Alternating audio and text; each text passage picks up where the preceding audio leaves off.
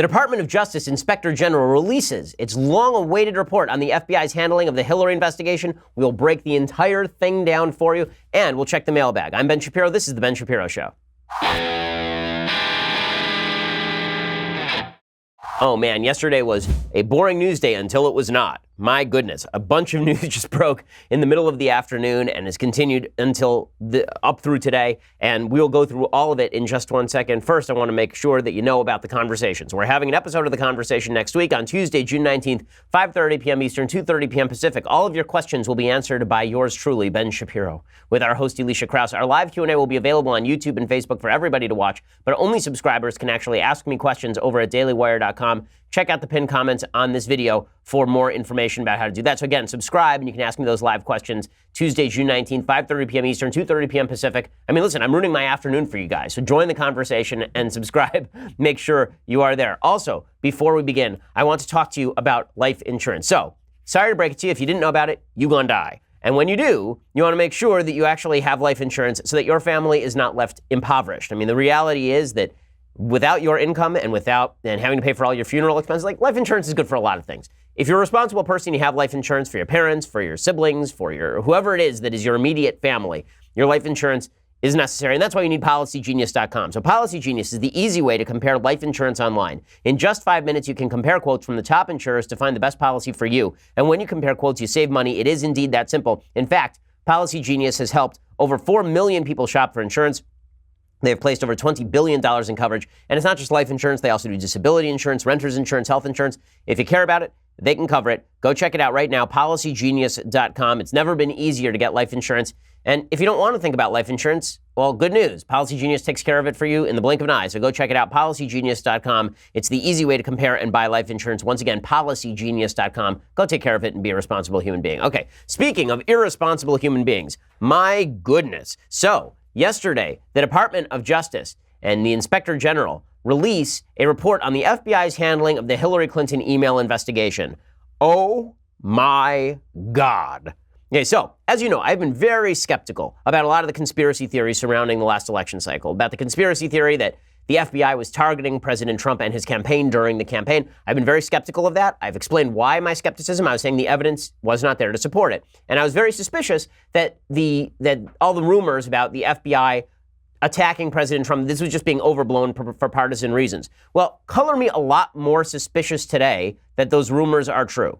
Color me a lot more suspicious today that the plan to take down President Trump's campaign may not, in fact, just because you're paranoid doesn't mean they're not out to get you. I mean, that's basically what I'm garnering from the Department of Justice Inspector General report, because the key finding from this Inspector General report is there were indeed agents at the FBI who were politically motivated to stop President Trump from being president, and they were deeply involved in both the Hillary investigation and the Russia investigation. Now, this particular Inspector General report was not about the Russia investigation. So President Trump said today, for example, that the report proved there was no collusion. It didn't. Okay, that is not part of the report. We'll find out whether there was collusion or not. So far, no evidence of collusion, and the whole thing looks like it's going to come up empty. But that could be wrong, right? We'll go where the evidence takes us. But what this report did cover was the FBI's handling of the Hillary investigation, and the key agent in the Hillary investigation was a guy named Peter Strzok, right? You've heard of him because we've talked about him before. Peter Strzok, of course, is the guy who was texting with his live-in lover. He was texting with Lisa Page, his paramour, another FBI agent. They're both married, so they're both just lovely human beings.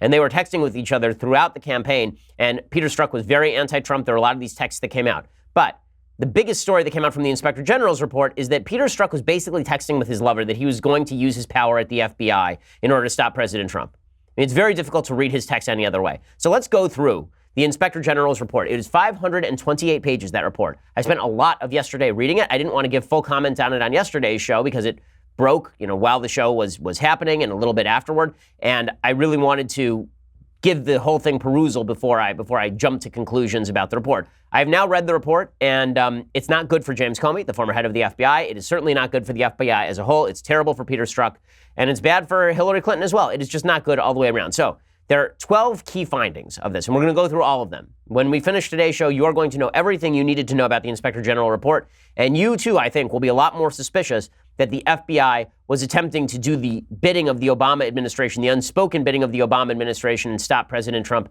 from being president. and also to sort of kowtow to Hillary Clinton. The great irony, by the way, is that the FBI that wanted Hillary Clinton to be president, these key players in the FBI that wanted Hillary Clinton to be president, in their attempt to make sure that Hillary Clinton was a quote-unquote legitimate president, they probably prevented her from becoming president. It's really ironic and kind of hilarious. So let's jump right in. First of all, FBI agents Lisa Page and Peter Strzok texted openly about stopping Trump. Okay, not just we don't like Trump, not just we think Trump's a schmuck, actually about stopping Trump. So Strzok texted Page that he would stop it being Trump's election. So the actual texts are pretty incredible. The actual texts suggest, let me read it to you. Page texts to Strzok, quote, "Trump's not ever going to become president, right? Right?" This is August 2016. And Strzok writes back, no, he won't. We'll stop it. Who is we? Who is we? Okay, so people on the left are hanging their hat on maybe we as all the Democrats are going to rise up and stop it. Yeah, that's plausible. That's plausible. When my wife says, don't tell me no one's going to pick up the kids, and I say, don't worry, I'll stop it. I don't mean like I collectively. I don't mean like the nanny. I mean like I will take care of it, right? We'll stop it sounds like we in our official capacity. And by the way, this is what the Inspector General report found, right? The IG report found that the text, quote, potentially indicated or created the appearance that investigative decisions were impacted by bias or improper considerations. The report added, quote, it is not only indicative of a biased state of mind, but even more seriously implies a willingness to take official action to impact the presidential candidate's electoral prospects. This is antithetical to the core values of the FBI and the Department of Justice. Now, you remember yesterday when we talked about this IG report, the main headline coming out from the mainstream media, which we talked about, was that there was no political bias in the FBI targeting President Trump or directed at exonerating Hillary Clinton.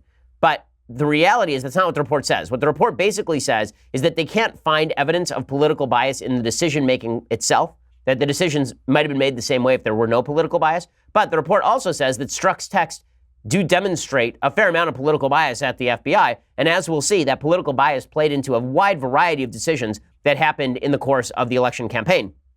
The report found that the Hillary investigation was not adversely impacted by Strzok or Page's decision-making, but this report did not cover the Russia investigation, right? It did not cover whether Strzok and people who thought like him were involved in the Russia investigation and to what extent they decided to pervert the Russia investigation or accelerate the Russia investigation because they did not like President Trump personally. Okay, the second point from the IG report. James Comey concluded that he would let Hillary Clinton off in spring 2016. So you recall, it was not until July that James Comey made his big announcement where he said, Hillary Clinton is guilty, but we're not going to prosecute her. You remember he made that big announcement. It was a big deal because James Comey is an idiot. Okay, well, Comey did not announce that decision until July 2016. According to the report, he had already made the decision in spring of 2016, months earlier, before Hillary Clinton was even interviewed, that Hillary was off the hook. He also determined that he should make an independent announcement in order to protect, quote, a sense of justice more broadly in the country, that things are fair, not fixed, and they're done independently. So he was afraid the DOJ would look bad if they made the announcement exonerating Hillary Clinton. And he thought, well, what if I just step up and I take the hit? And then the FBI looks independent from the DOJ. The DOJ doesn't look like it was in control, and everybody's happy. Except that wasn't his role. Also, worth noting, this is an amazing thing. Okay, so they show what the original Comey statement looked like and how it was changed before the final draft. There were major changes made between Comey's original draft of the statement exonerating Hillary Clinton and Comey's final draft of the statement exonerating Hillary Clinton. What were some of those changes? Well, one of the changes was that the original statement mentioned that President Obama himself had been in an email exchange with Hillary Clinton on her private server. His name was removed, and that entire piece of information was removed.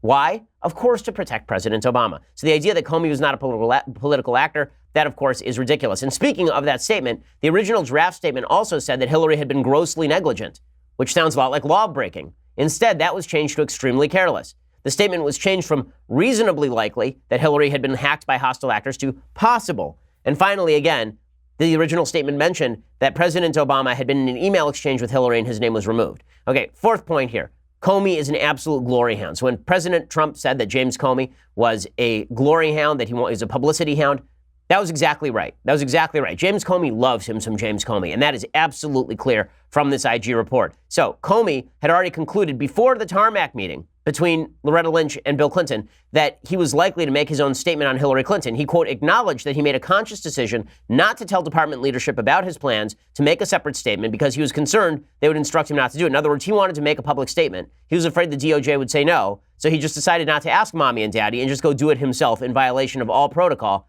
Again, the idea here was to protect the integrity of the FBI, right? This is really what James Comey was super worried about. The IG's language here is pretty damning. They say, we determined that Comey's decision to make this statement was the result of his belief that only he had the ability to credibly and authoritatively convey the rationale for the decision to not seek charges against Clinton, and that he needed to hold the press conference to protect the FBI and the department from the extraordinary harm he believed would have resulted had he failed to do so. While we found no evidence that Comey's statement was the result of bias or an effort to influence the election, we did not find his justifications for issuing the statement to be reasonable or persuasive. And so it's plausible that Comey was not attempting to impact the election when he made that statement, or how he made the statement, and that he was attempting to protect the FBI, but they did water down the law. Okay, the reality is, and this is the fifth point here, they did water down the law. Okay, the IG, the Inspector General's report, says that based on precedent, Hillary would have had to have demonstrated a state of mind that was, quote, so gross as to almost suggest deliberate intention. Number one, that is not part of the law. Okay, that is not part of the law. Second of all, this was not Hillary Clinton using a private email account for business. Right? This was not that. This was Hillary Clinton specifically setting up a private server at her own home. Okay, that is a lot more technologically advanced than me just having a Gmail account. She set up a private server at her own home to store data. The only reason you do that is because you want to make sure that you can destroy the data afterward. That is legitimately the only reason that you would do that.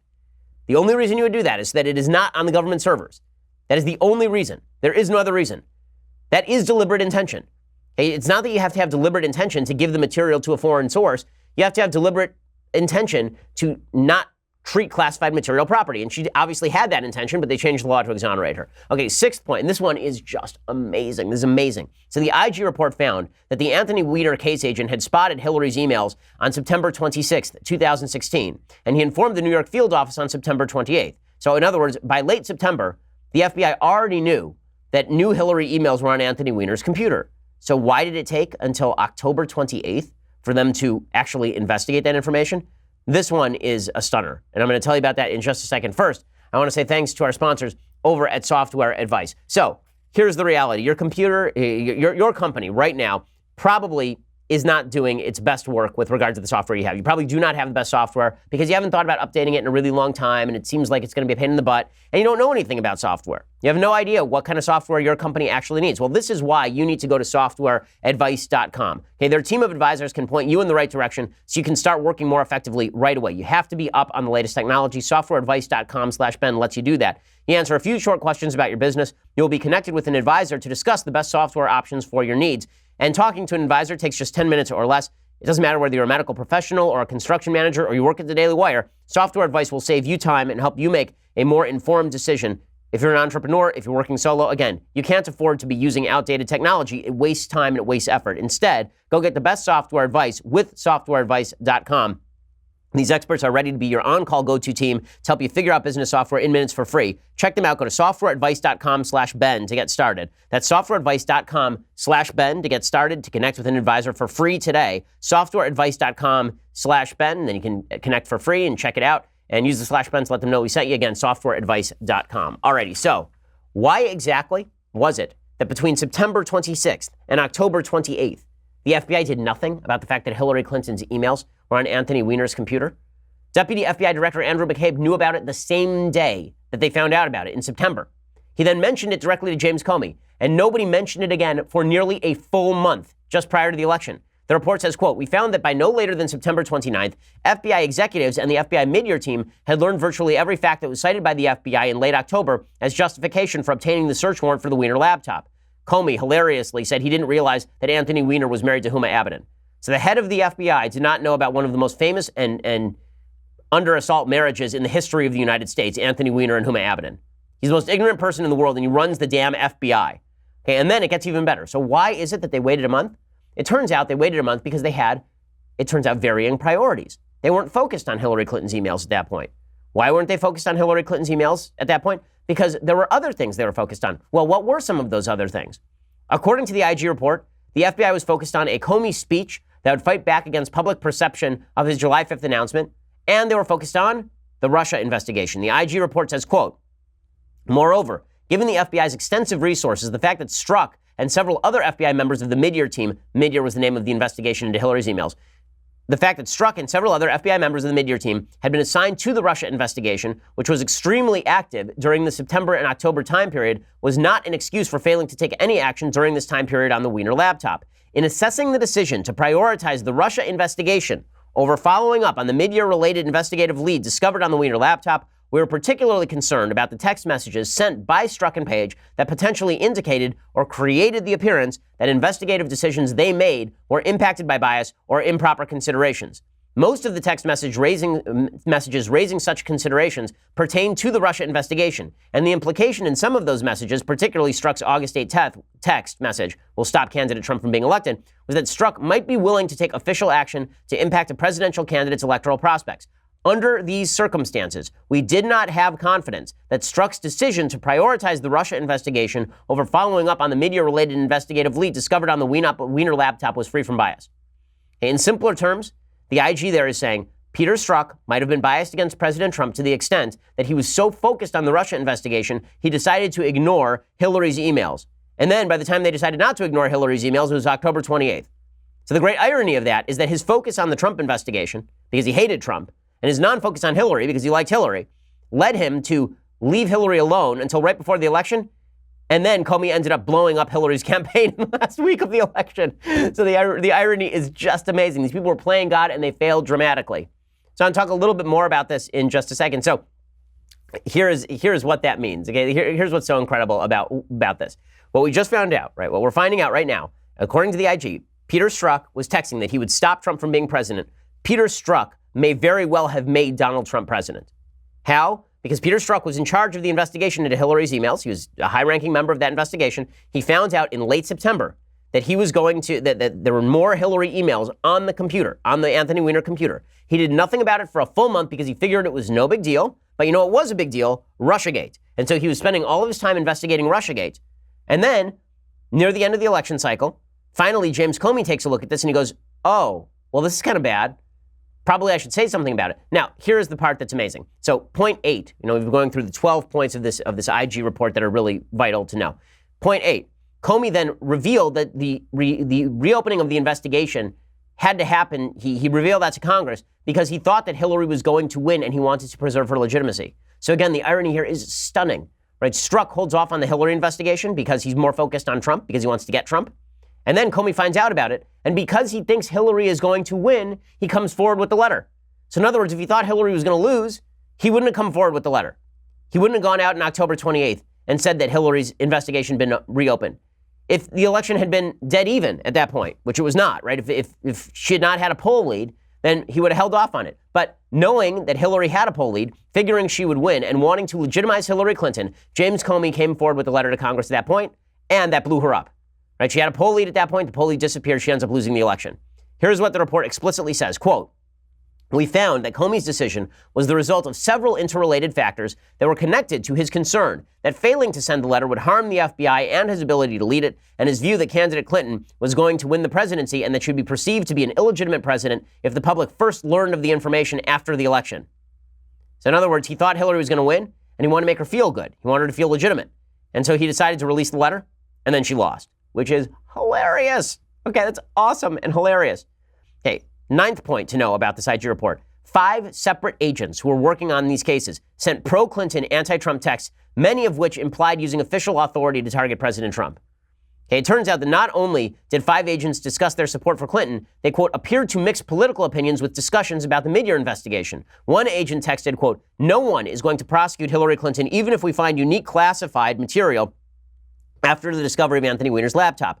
Lisa Page texted about the possibility of interviewing Clinton with fewer agents in the room since, quote, she might be our next president, to which Strzok agreed. Page texted Strzok, quote, maybe you're meant to stay where you are because you're meant to protect the country from that menace, meaning Trump. To which Strzok responded, quote, I'll try and approach it that way. I can protect our country at many levels. Not sure if that helps. Strzok texted Page, we'll stop it, it being Trump's election. Strzok texted Page about an insurance policy against a Trump victory, then excused it by saying that he was just pushing for a quicker investigation. Another FBI attorney, who we don't know yet, texted Viva la Resistance after the election. After the election, Strzok texted regarding the special counsel investigation. He's asked to be part of the Mueller investigation, quote, for me and this case, I personally have a sense of unfinished business. Okay, none of this speaks of an FBI that is interested in law enforcement. It speaks of a bunch of members of the FBI who really are not. Now, does that mean that every decision the FBI made here was politically corrupt? No, but it does mean that we ought to look at every single thing that Strzok had an impact on in terms of decision making. We should be looking at every single thing these other agents had an impact on in terms of decision making. Now, there are a couple of ironic points that are worth noting here, too. It turns out that Comey, Strzok, and Page all used personal email to conduct FBI business. It's illegal. It's a violation of procedure. Maybe the reason they decided to let Hillary Clinton off the hook is because they were all doing something similar to what Hillary Clinton was doing. In an unrelated but damning point, this is amazing, too. According to the IG report, quote, we identified numerous FBI employees at all levels of the organization and with no official reason to be in contact with the media who were nevertheless in frequent contact with reporters. FBI agents received benefits from reporters as well, including golf outings, drinks, and meals. So when President Trump said this place has a lot of leaks, he wasn't lying. And there are tons and tons of leaks from the so-called deep state, right, from people who work in the FBI, and they were basically being bribed by journalists. Okay, final point here. The former assistant attorney general, a guy named Peter Kadzik, he should have recused himself, according to the IG. While Hillary was under investigation, this former assistant attorney general tried to get his son a job on Hillary's campaign and sent an email to John Podesta ahead of the Clinton campaign, which included the schedule of the release of Clinton's emails in FOIA, right, Freedom of Information Act litigation. So that's a lot to unpack in the IG report, but the takeaways are pretty simple. There were agents of the FBI who hated Trump and wanted to stop Trump, and there were a lot of decisions that were made on a political basis in an area where they should not have been. Okay, so in a second, I want to talk about all of the, in a second, I'm going to talk about all of the reaction to all of this. First, I want to say thanks to our sponsors over at Zeile. So, you know, it's a stressful period for us all, right? It's a stressful time for us all, but that is why you need a massage. And this is what Zeile does better than anyone. So Zeile can bring a massage to your door, the entire thing, right? The massage table, the oils, the scented candles, the music, the whole thing. They bring it right to you. And when they bring it right to you, your life becomes better because you don't have to go to the spa and wait around. You don't have to pre-schedule an appointment, and it is not that expensive. Zeile is just great. I've gotten it for my wife. I've gotten it for my mom. I've gotten it for my dad. I've gotten it for my mother-in-law. I've gotten it for my sister. Like, it's a great present. It's a really good Father's Day gift as well, by the way. If you're looking for something to get your dad for Father's Day, a massage at his house is a pretty great thing. All you have to do is go to Zeile.com or on Zeile's iPhone or Android app. That's Zeel.com, and you can select from the top local licensed pre-screened massage therapists, and you choose your favorite technique, gender preference, time, and location for the massage. Zeile sends over one of their 10,000 licensed massage therapists with all of the materials, 7 days a week, 365 days a year. Zeile massage therapist can be at your door in as little as an hour. Go check it out right now. To help you get started, our listeners get $25 off their first massage with promo code BEN. That's Zeel.com, promo code BEN, Zeile, promo code BEN. Right now, go to Zeile.com again and enter promo code BEN to get $25 off your first in-home massage. It's just awesome. It's one of those things that makes you feel wealthy without actually having to break the bank. Zeile.com, promo code BEN. Go check it out and get that special deal, $25 off. All right, so with all of that said, from the Inspector General report, the blowback has been enormous, right? The blowback has been very strong. So President Trump this morning, he had a bunch of tweets on the IG report. He waited all day yesterday and did not tweet about it, and that's how you knew that it was going to be lit when President Trump decided that he was going to go on Twitter and go after it. So he started tweeting up a storm this morning. He tweeted out, FBI agent Peter Strzok, who headed the Clinton and Russia investigations, texted to his lover Lisa Page in the IG report that will stop candidate Trump from becoming president. Doesn't get any lower than that. True. He says the IG report is a total disaster for Comey, his minions, and sadly the FBI. Comey will now officially go down as the worst leader by far in the history of the FBI. Well, there have been some bad leaders in the history of the FBI, but he will be one of the worst, certainly. I did a great service to the people in firing him. True. Good instinct.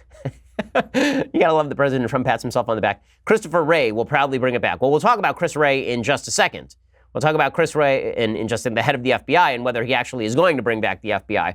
But President Trump then this morning decided, you know what? Fox and Friends is down on the lawn. My friends over at Fox and Friends, great show, I'm on it. They're over on the lawn. They're on the White House lawn. What if I just pop on down there and just go and talk to my friends? So that's exactly what he did. He popped down there and he said a few things. So he really went after he really went after the FBI, which I think is pretty much appropriate. I said on the Department of Justice I would stay uninvolved. Now, I may get involved at some point if it gets worse. I say I'm staying uninvolved. I'm letting this report go through. I did nothing wrong. There was no collusion. There was no obstruction. Okay, so President Trump says that he's going to let the report say what it says. When he says there was no collusion, there was no obstruction, that's not in the report. So he actually said that the report exonerated him of obstruction. That's not actually true. Now, it is true that I don't think he obstructed. I don't think that there was collusion either, but that's not what this report says. So just to be perfectly exact and objective about this 528-page report, there's nothing in there about the Russia investigation per se. But he is not wrong when he rips into the FBI, clearly. Now, what's hilarious is that the Democrats are suggesting that all of this was actually the FBI attempting to help President Trump. Now, Sarah Huckabee Sanders, she came out yesterday and she said that all of this reaffirms President Trump's suspicions about the FBI, and she is not wrong. The president was briefed on the IG report earlier today, and it reaffirmed the president's suspicions about Comey's conduct and the political bias among some of the members of the FBI. Okay, and that there is totally fair. Then the Democrats get involved. So Chuck Schumer says, really what the IG report shows is that Hillary Clinton lost the election because of political bias. Well, if you really believe that Comey lost the election for her at the very end, she didn't lose it because Comey didn't like Hillary Clinton. It turns out that she lost it because Comey liked her too much. And that's the hysterical part, right? Comey had a little dove in his hand, and that dove was the Hillary Clinton campaign. And he was trying to guard it and keep it and pet it and be friendly to it because he knew that one day that dove would fly free and become president. And he wanted that dove to have the strongest wings possible. And so while he was petting it, he just sort of squished it. And then the campaign was dead. He sort of ripped the head off the pigeon there, James Comey by accident. But the Democrats are taking this report in the stupidest possible way, which is they're saying, no, what this shows is the FBI was biased against Hillary Clinton. Yeah, sure. It was Trump who benefited from all these mistakes. So it hardly reflects deep state or bias against him. At the end of the day, the actions reviewed in this report helped Donald Trump win the election, not the other way around. Okay, yes, by accident. By accident. That's the great, hilarious irony of all of this. The FBI agents like Strzok were so desperate to stop Trump, they actually made him president. Okay, that's the part that's really hilarious in all of this, and it really is it's really freaking funny. It's really funny. Now, what is not so funny is the fact that this is really bad for the FBI and the DOJ, right? These are institutions that we ought to trust as Americans, but we already knew that the DOJ had become an Obama tool while Obama was president of the United States. And the FBI, I'm not particularly surprised that all of this is coming out. The Hillary investigation was obviously a botchery from the very beginning, and it was botched all the way through. And political bias, obviously, in my opinion, played a part, even though the Inspector General found that it was plausible how they treated the investigation. To say that no political bias came into play, it's like when people say that there's no political bias at university campuses because people aren't overtly discriminating against conservatives. It's like, well, yeah, but why is it that every time something bad happens, it's to a conservative? Well, in this particular election cycle, everything that the FBI did that was bad for someone on purpose was directed at President Trump, and everything good that was directed at someone on purpose was Hillary Clinton, except for that last letter, which, again, it turns out Comey was trying to do something good for Hillary Clinton. He's just an idiot. Right? The stupidity of our public officials cannot be overstated. It is extraordinary. So Comey tweeted about it. Comey then tweeted that he was happy with the IG report. He said, I respect the DOJ IG office, which is why I urge them to do this review. The conclusions are reasonable, even though I disagree with some. People of good faith can see an unprecedented situation differently. I pray no director faces it again. Thanks to the IG's people for hard work. Okay, well, yeah, they said you're a self-aggrandizing idiot who basically destroyed the election cycle. So, yeah, I think that you should probably sit down now. And then Hillary Clinton got involved. She then tweeted out this. She tweeted out, but my emails. Okay, because Kyle Cheney, who's a reporter, he tweeted out that the IG found that Comey had used a personal Gmail account to conduct official U.S. FBI business. And then she wrote, but my emails. So a couple of things about but my emails. Yes, your emails. You've made a private server, and then you stored all this classified information on the private server. Yes, your emails. The whole point of the IG ripping into Comey is that Comey did something wrong too.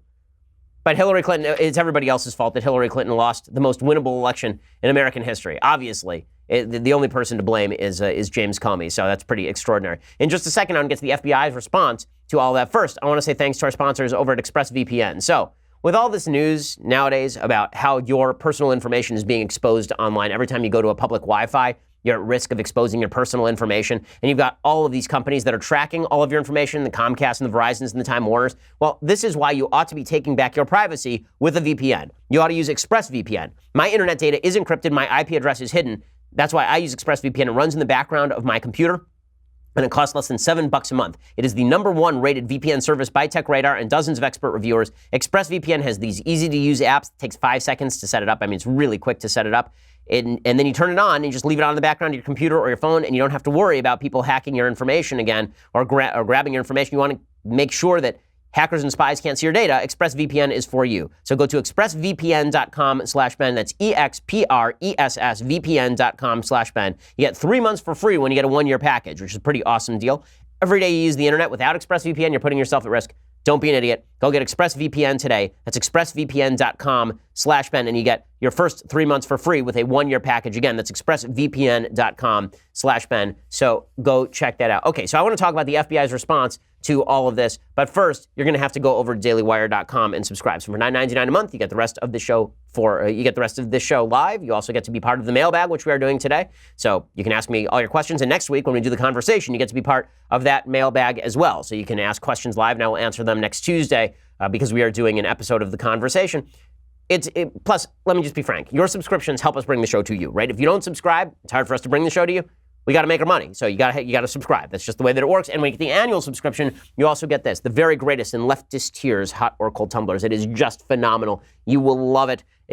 It was pretty great. Yesterday I spoke in Dallas, and there were probably 24 people who came up with tumblers who are subscribers. So become one of those people because it is awesome. Check that out for $99 a year. Also, The Ben Shapiro Show is now available on Amazon Alexa and Google Home. So if you have a virtual assistant, you can listen to my podcast with a simple voice command after you enable the skill on Alexa or ask Google to talk to the show. For more information, just go check out our pinned tweets on Facebook and Twitter. Plus, subscribe at YouTube, subscribe at iTunes, because that way you also are automatically going to get our brand new Sunday special. We have a brand new Sunday special coming out. This one is with Michael Shermer, the editor of Skeptic Magazine. He is an atheist. I'm a religious person. And we go at it over religion and free will and God and all the big issues of life. So check that out as well. We are the largest, fastest growing conservative podcast in the nation.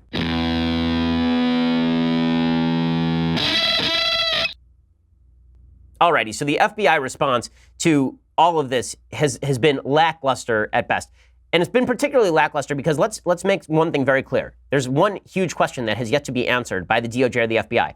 That really crucial text that Strzok sent to Page, the one that says, "We'll stop it," meaning we'll stop the Trump campaign, that was not handed over to Congress. It was only handed over to the Inspector General. Why didn't Congress have a right to take a look at that? Why did we not know about that? You want to make something look conspiratorial? Cover it up. Don't hand it over to the American people. Don't hand it over to our elected representatives. Hand it over to the IG instead. That's really suspicious stuff. So anyway, Christopher Wray is the new head of the FBI. He's Trump's head of the FBI. And he gives a presser in which he talks about the future of the FBI. Suffice it to say, I am not sanguine about the future of the FBI. We accept the findings of the report and the recommendations. We're doing a number of things on that regard. First, we issued a new media policy that's much stricter and much more clear than what had been in place before. Second, we're going to be doing intensive training on exactly those issues, things like the one that you alluded to, that includes contacts with the media. Third, we're going to make painfully clear to everybody that we won't tolerate noncompliance. And then last, I've asked our OPR to take a hard look at whether or not they think the penalties that exist right now are sufficient to deal with that kind of conduct. Oh, okay, good. So we're going to heighten the penalties and education, re-education of people. It's just like when Starbucks is caught in the middle of a bias situation. They're now going to shut down the barista, shut down the FBI. We're going to re-educate people. They shouldn't leak to the media and be politically biased. Yeah, good luck with that. Good luck with that. We'll see how that works for you. I am not particularly enthused by the response that we have seen here from Christopher Wray. It's just a big nothing burger full of nothing. And then my favorite part is that Christopher Wray came out and he said that nothing in the report impugns the integrity of the FBI or the workforce. You mean aside from that part where it said that half the FBI agents are being bribed by journalists to talk to them? Or are you talking about the part where 5 different FBI agents were texting to each other about how much they hate Trump and wish that he would die, basically? Which part of that didn't impugn the FBI exactly? Here's Chris Wray. Nothing in this report impugns the integrity of our workforce as a whole or the FBI as an institution. Oh, is that it? Okay, well, I guess that solves everything. I mean, if I'd only known that Chris Wray was going to respond this way, I feel so much better about everything now that Chris Wray has intervened. Look, what we have here is a typical government agency. I don't want to suggest that there's a giant conspiracy going on, that there were a bunch of agents in a room together deciding how do we stop Trump or anything like that. What you have here is a soft bias that manifests itself in particular decision making. And this was true with the IRS when Obama was president. It is true with regard to Hollywood, for example. It's why all of Hollywood's material is left, because you have a bunch of people who agree on stuff. And it's an echo chamber. And this impacts decision making. Political bias does not actually have to manifest itself in obvious political decision-making. Sometimes it manifests itself in bias in action that is eminently obvious to anyone who's observing. So when you look at the media, and it turns out that every story they get wrong is anti-Trump, maybe they're not getting the stories wrong on purpose many of these times, but you have to start saying, well, maybe the reason they're getting these stories wrong all the time about Trump, but they never got a story wrong about Hillary Clinton or Barack Obama, or at least not nearly as often. Maybe the reason is because they like Hillary and they liked Obama. And so even unconsciously, they're more likely to believe things that are bad about Trump than they are likely to believe things that are bad about Hillary Clinton or Barack Obama. Right? I think the same sort of logic plays into what the FBI was doing here. You have a ton of FBI agents who hated Trump and who are in top positions and saw stopping Trump as a priority. Does that mean that there was an actual plan that was snapped into place at the first available opportunity? We don't know. Maybe there was. I mean, we'll find out when the Inspector General report comes out on the Russia investigation, presumably. But was there a motive? Sure. And was there an opportunity? Sure. And was there a means? Turns out yes. They just botched the job. Okay, if it was a hit on Trump, it was an attempted hit because obviously it didn't succeed. It's a damning report. It's a damning report, and the FBI is going to need a thorough cleaning from top to bottom. But I'm not sure how you clean any major agency is the truth. And unless you set up a bunch of checks and balances internally. I'm not sure. Maybe you have somebody whose sole job it is to check all of the agents' text messages to make sure that they're not using their phones for this sort of communication.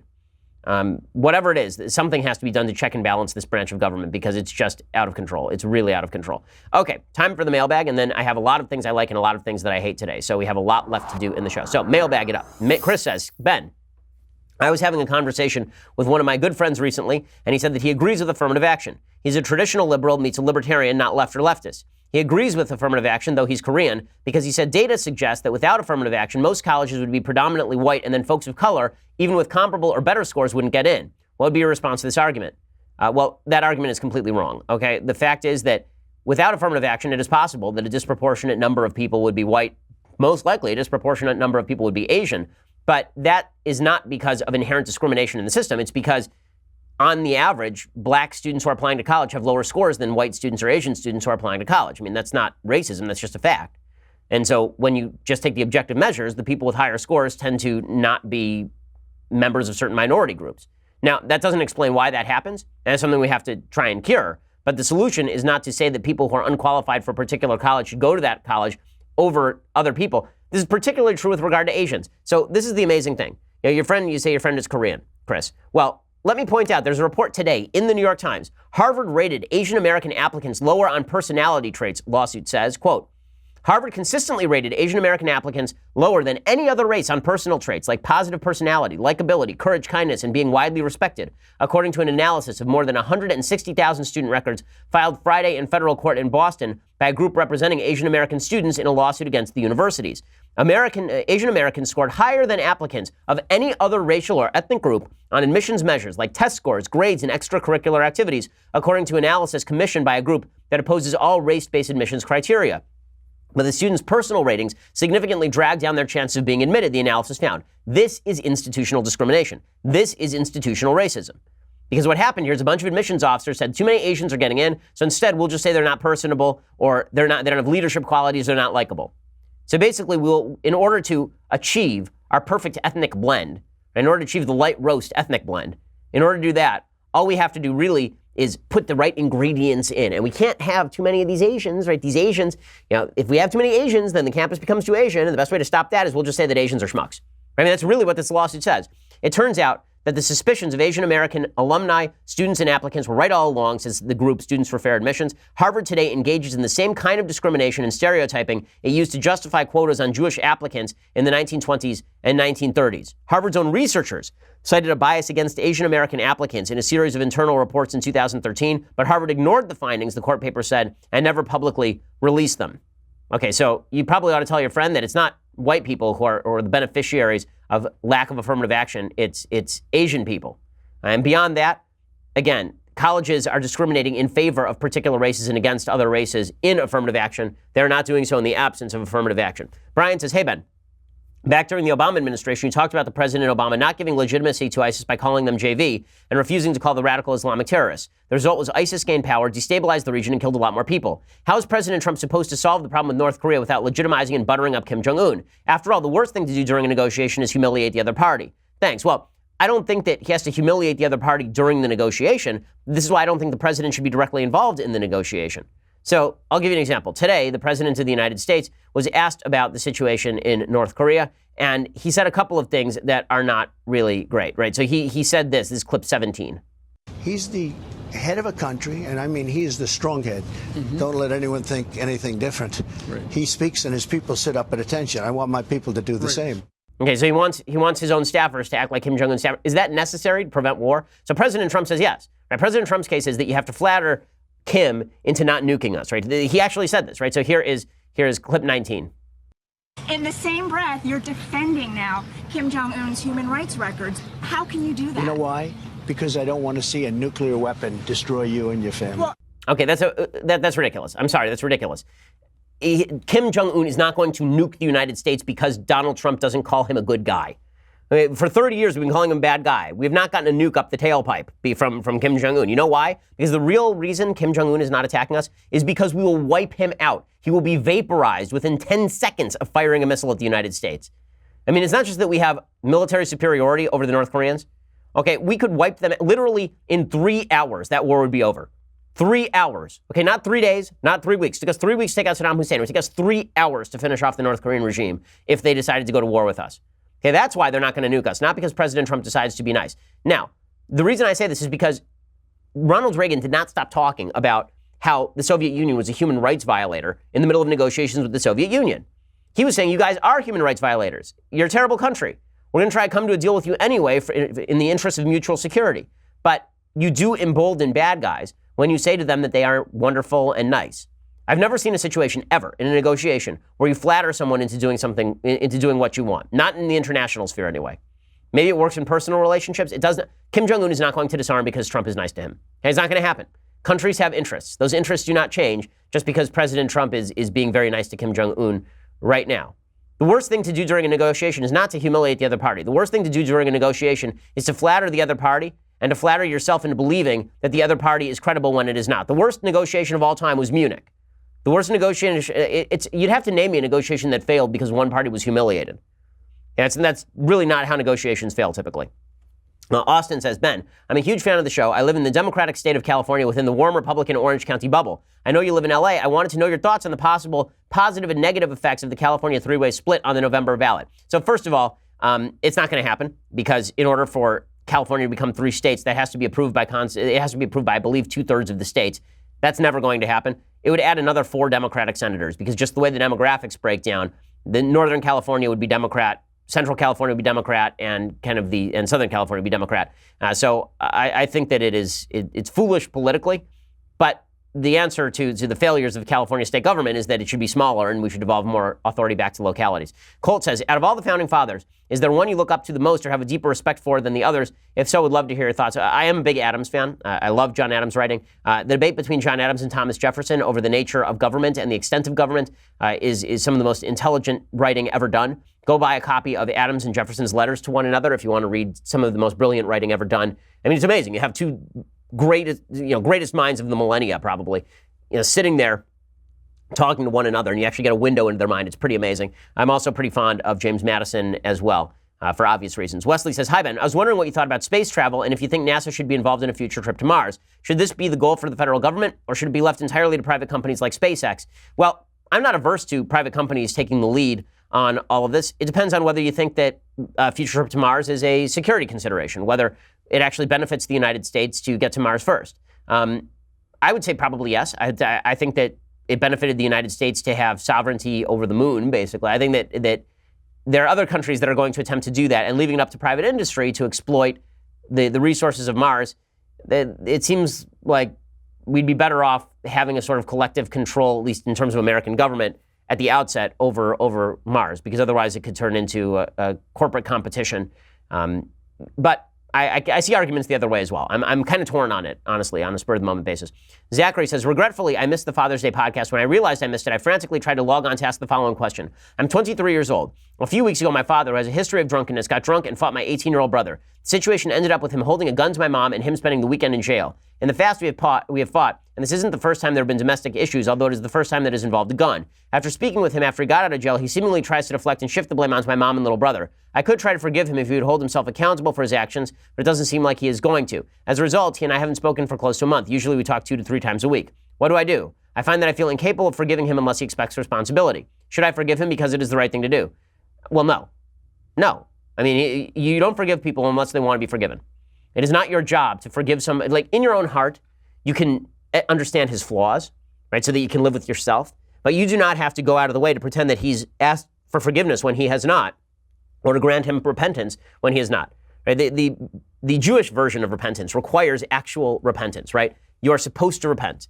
I'll speak from the Jewish point of view because I'm more familiar with it than the Christian point of view. Christianity obviously has a whole different philosophy with regard to repentance and Jesus repenting for your sins, whether you wanted him to or not. But Judaism suggests that you must do individual repentance several times a day, right? We actually have a paragraph in what we call the Shemona Esrei in which we repent at least 3 times a day, which is a lot of repenting, right? But human beings do a lot of sinning. In order for you to be forgiven, you have to repent. In order for you to forgive your dad, in the sense that you're going to grant him added credibility again, he's going to need to do some real teshuvah, is the word in Hebrew. Bobby says, hey, Ben, I'm having my first child in August. He's going to be a boy. Well, congratulations. That is awesome sauce. My wife and I have heard from many parents who should buy the child a tablet to watch shows and play games on the go. My question is, what's a good way to expose the child to technology without it being a babysitter or a replacement for social interaction? I'm afraid to let my child even have interaction with them while they're young. But on the opposite side of that, I don't want him to be behind on the tech side. Thanks, Bobby. First of all, and he says he thinks he's going to name him Benjamin. Well, thank you. I mean, I assume that's after me and not after Franklin, but I'll take it anyway. In any case, children under the age of 2, this is what the social science suggests, should not be using electronics of any sort. They can use, the toys that you hit and that electronically respond. They shouldn't have tablet time or screen time. Our son did not watch TV until he was 2. TV acts like a drug. I mean, you can see it with kids. When you read to them, they're active and they're involved. When they watch TV, very often they just zone out, and it acts like a parent. And even with older kids, you have to have that in mind. So our daughter, we restrict the amount of TV that she can watch very regularly. That doesn't mean that we're responsible all the time, right? There are times when we have to do something and it's like, okay, we don't have time for you right now. Sit in front of the TV, right? Just like every other parent, we have our wrong moments. But that doesn't mean that you should make it a regular part of their watching lives. That said, I think the TV can be wonderful. I think that technology can be wonderful. Kids are adept at figuring this stuff out. If you don't teach your 4-year-old how to use a tablet, when the kid's 7, he'll learn how to use a tablet. That's just the way that it works. My 2-year-old son is already learning how to manipulate my phone. David says, Dear Ben, from your perspective, how well do you think human intellect can understand God? The ancient Greeks seemed to believe human intellect was the key to understanding God. If God is beyond understanding intellectual tools, what other tools can be used to understand God and God's will? So I'm writing an entire book about this right now, David. And my view of this is that it is our job to use reason to try and understand the universe that God built in order to understand God's logic, right? I believe in the sort of Greek teleology that the universe was designed with certain purposes in mind, and that it's our job to try and find those purposes. That said, God operates from a different plane. So trying to understand the mind of God completely is never going to happen. I think that the most beautiful exposition of this happens in the book of Exodus when Moses asks to see God's face. And what the commentators explain is that when Moses asks to see God's face, what he's really asking is, can I understand the universe? And God says, you can't look at my face. If you look at my face, then you will die. But I will let you see my back, right? And he puts Moses in a cleft in the rock, and then he goes by Moses, right? All of this is anthropomorphic, just because human beings can't understand completely spiritual imagery. And my dad has a very nice kind of what we call Dvar Torah on this. He has a very nice sort of exposition on what this means. What he says is that people that you know, right? People that you love and that you know, you can recognize them from behind, right? If I saw my wife, I could recognize her from behind. If I saw my kids, I could recognize them from behind. But I can't tell what's on their faces. I don't know what they're thinking because I can't see what's on their face. But I certainly can tell that they are there. And that's, I think, what the intellect can comprehend. The intellect can comprehend that God is there. We can see sort of shadows of what God wants from us. Through revelation, I think we can see more than shadows. But just through pure intellect, through pure reason, I think that we can gather a couple of things. I think that we can gather, the idea that there is a God. I think there are good arguments for a God. The idea that there is a God who is the creator of heaven and earth. I think that we can pick up on certain interactions between man and man that don't even require belief in God necessarily to logic yourself out to.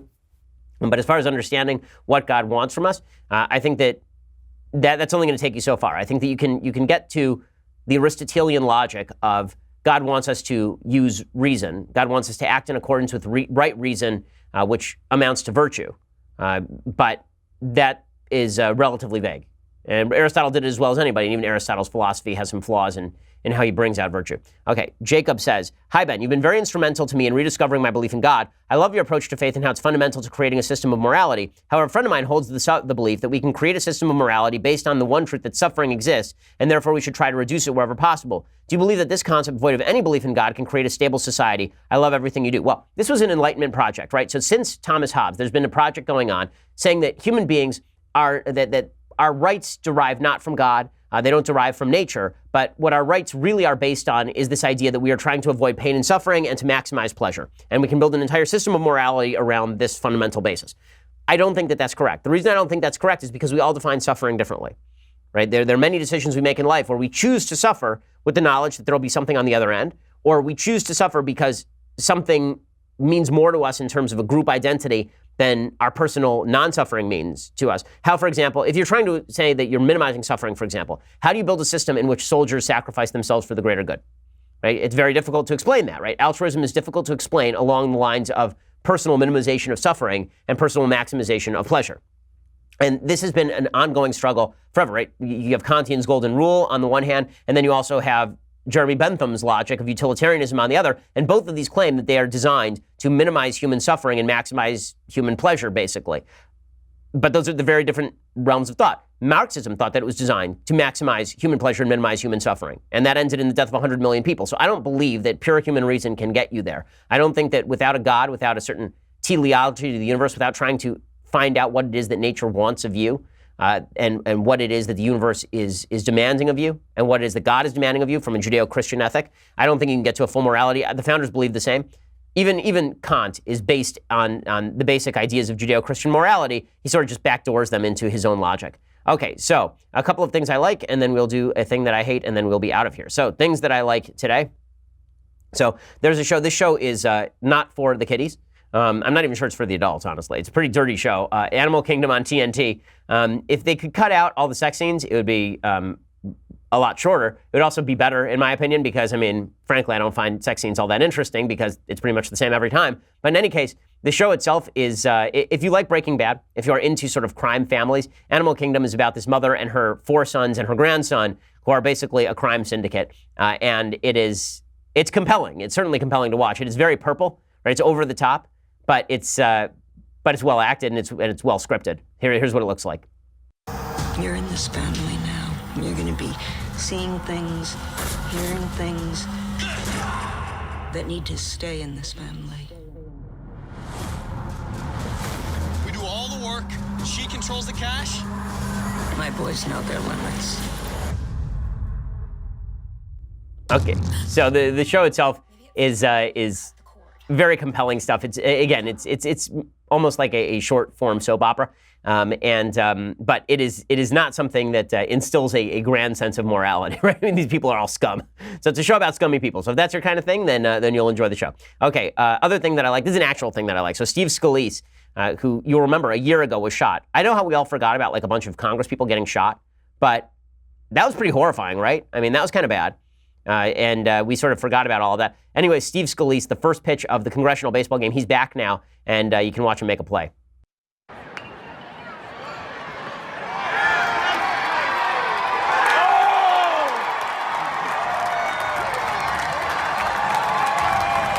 So that's pretty fun.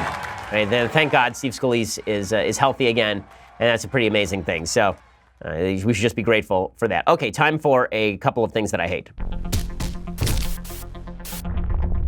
So thing I hate number 1, Brooke Baldwin did a whole routine on CNN yesterday about female athletes making less money than men. And here's what it sounded like.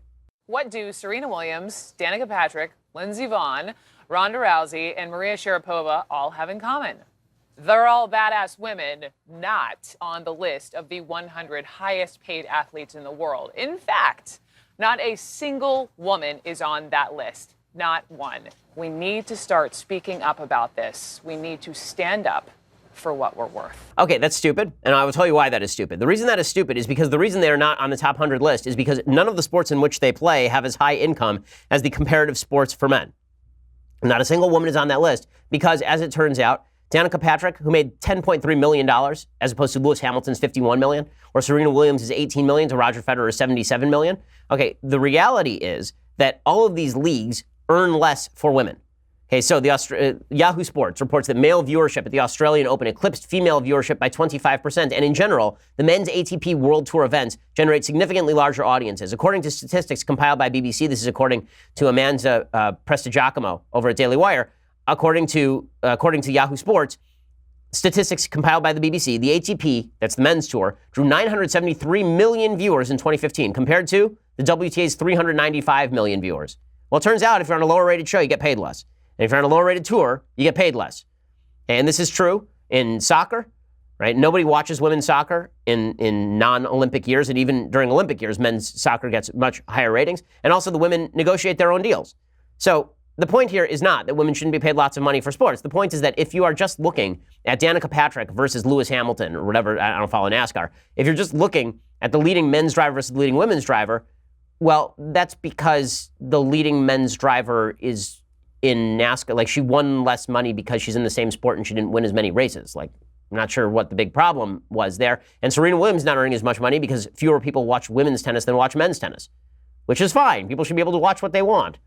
But this is all very silly. Again, this comes down to the leftist belief that all disparity equals discrimination, and that is, of course, ridiculous. Okay, meanwhile, one more thing that I hate. So the Democrats continue to trot forth this narrative that Donald Trump is forcibly separating families at the border. The reason, again, that Donald Trump is separating families at the border is because when you arrest people at the border, there is a law on the books that has been ensconced by the Ninth Circuit Court of Appeals that says that children are not allowed to stay in detention. Even if their parents are there, they're not allowed to stay in detention for longer than 20 days. And so if you wish to arrest the parents, then the children have to be placed somewhere else. Okay, it is not that Donald Trump just wants these kids to go away. Now, there are people in his administration who have said dumb things. Like John Kelly said, this should be a way of discouraging illegal immigration is to separate kids from their parents. Well, that's kind of gross. I mean, there are plenty of ways of discouraging illegal immigration. It seems to me punishing children is not the best way to do that. But the law itself is pretty clear on this. You're not allowed to keep children in custody with their parents. So if you want to keep the parents in custody, you have to separate out the kids. Well, the Democrats, of course, have suggested that Trump is forcibly doing this because he hates children or some such. And the media, just parroting the Democrats, does the same thing. Here is Nancy Pelosi saying that there should be uprisings over family separations. They're doing away with children being with their moms. This is, I just don't even know why there aren't uprisings all over the country, and maybe there will be when people realize that this is a policy that they defend. It's a horrible thing. Okay, so then the media immediately picks up on all of this, and because the media are basically a tool of the Democratic Party, they decide that they're going to repeat the same question over and over and over. So here's Brian Karem, a CNN reporter, going after Sarah Huckabee Sanders, basically using Nancy Pelosi's language. Don't you have any empathy? Jill, go ahead. Come on, Sarah, you're a parent. Don't you have any empathy for what these people are going through? They have less than Brian, you do. guys, Sarah, come on, settle down. Seriously. I'm trying to be serious, but I'm not going to have you yell out of turn. Jill, please It's call. a law, and they have, these people have nothing. They Hey, come Brian, over here I know with you want to nothing. get some more TV It's time, but not that's not that. what this It's is not about. If I that. want to It's about you recognize answering you, a question, go ahead, Sarah. Jill. Okay, it Honestly, answer is the question. absolutely about TV time. It is absolutely about TV time, which is why he's ranting and raving on TV. Right? The White House, there's a good case to be made that the White House press corps should submit questions in writing, or that at the very least that they should not televise these things live, because you just have too many CNN reporters and too many reporters of all stripes who are looking for their payday, basically, by doing the Sam Donaldson routine. Well, I grilled the press secretary today. I'm not sure how much information that even comes from these press conferences in the first place. They just seem like a sideshow to me, frankly, because it is the job of the press secretary to lie as often as possible to the media, and the job of the media to get on TV as often as possible, and none of it seems to actually be conducive to the truth in any serious way, which is why you end up with situations like this. I have to admit, I laughed. Jim Acosta, who's just awful at CNN, their White House reporter, he also goes after Sarah Huckabee Sanders, and she's finally had enough. I can say that it is very biblical to enforce the law. That is actually repeated a number of times throughout the Bible. However, this hold on, Jim, if you'll let me finish. Again, I'm not going to comment on the attorney's specific comments that I haven't seen. It's in the Bible to That's follow not the what law. I said, and I know it's hard for you to understand.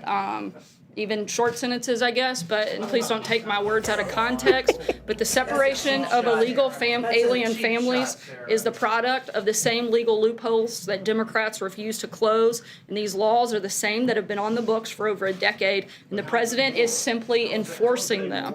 Okay, so Jim Acosta deserves that one. Okay, just good for Sarah Huckabee Sanders. Jim Acosta, man, the grandstanding from the podium from people like Acosta is really egregious. Okay, so we'll be back here next week. We have a lot to talk about then. Also, make sure that you tune into our Sunday show as well, because we have Michael Shermer on. It's a really great conversation. I think you're really going to enjoy it. If you like all the talk about God and free will and reason, then please check it out. We love having you. We love having you subscribe. So please do that as well. And we'll see you here on Sunday, and then we'll see you here on Monday. I'm Ben Shapiro. This is The Ben Shapiro Show. The Ben Shapiro Show is produced by Senya Villarreal, executive producer Jeremy Boring, senior producer Jonathan Hay. Our supervising producer is Mathis Glover, and our technical producer is Austin Stevens. Edited by Alex Zingaro. Audio is mixed by Mike Caramina. Hair and makeup is by Jesua Alvera. The Ben Shapiro Show is a Daily Wire Forward Publishing production. Copyright Forward Publishing 2018.